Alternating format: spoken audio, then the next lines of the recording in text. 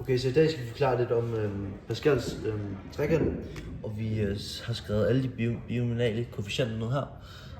I binomiale koefficient så står n for den fuldmængde og r for den delmængden.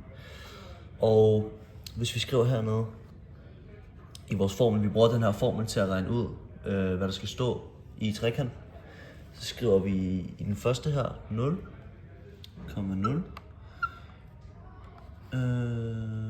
Og så 0.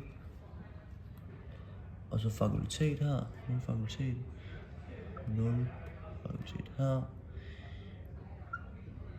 Og 0 minus 0 fakultet her. Okay, så der er en regel i binomial, binomial koefficient, og det er, at 0 ligesom giver 1.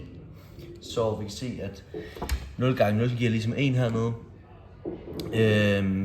Ja, og det passer meget godt med den her trekant herovre, hvad vi har skrevet over i den første. Ja. Okay, fint.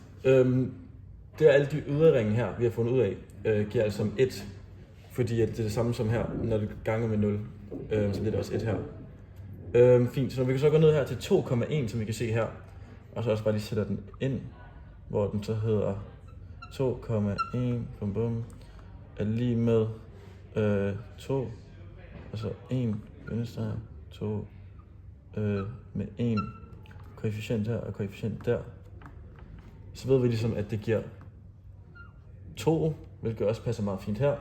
Og nogle gange, for eksempel her i Pascals trekant, så kan vi så se også, at der er nogle forskellige mønstre, som for eksempel her, hvor at den bliver plusset med 2 først, og så bliver den plusset med 3, og så vil den så, hvis vi fulgte hele vejen, altså herned, hvis vi fulgte den her ifølge reglen, så vil den her så blive 10, og den her den vil så blive 15, og hele vejen ned. Så der er også nogle forskellige regler, som man kan godt udregne det med at bruge binomialkoefficienten, men der er også nogle mønstre, man tydeligt kan se, hvilket også kan hjælpe med at udregne det længere ned, så man ikke behøver at skulle igennem alt det her hver gang.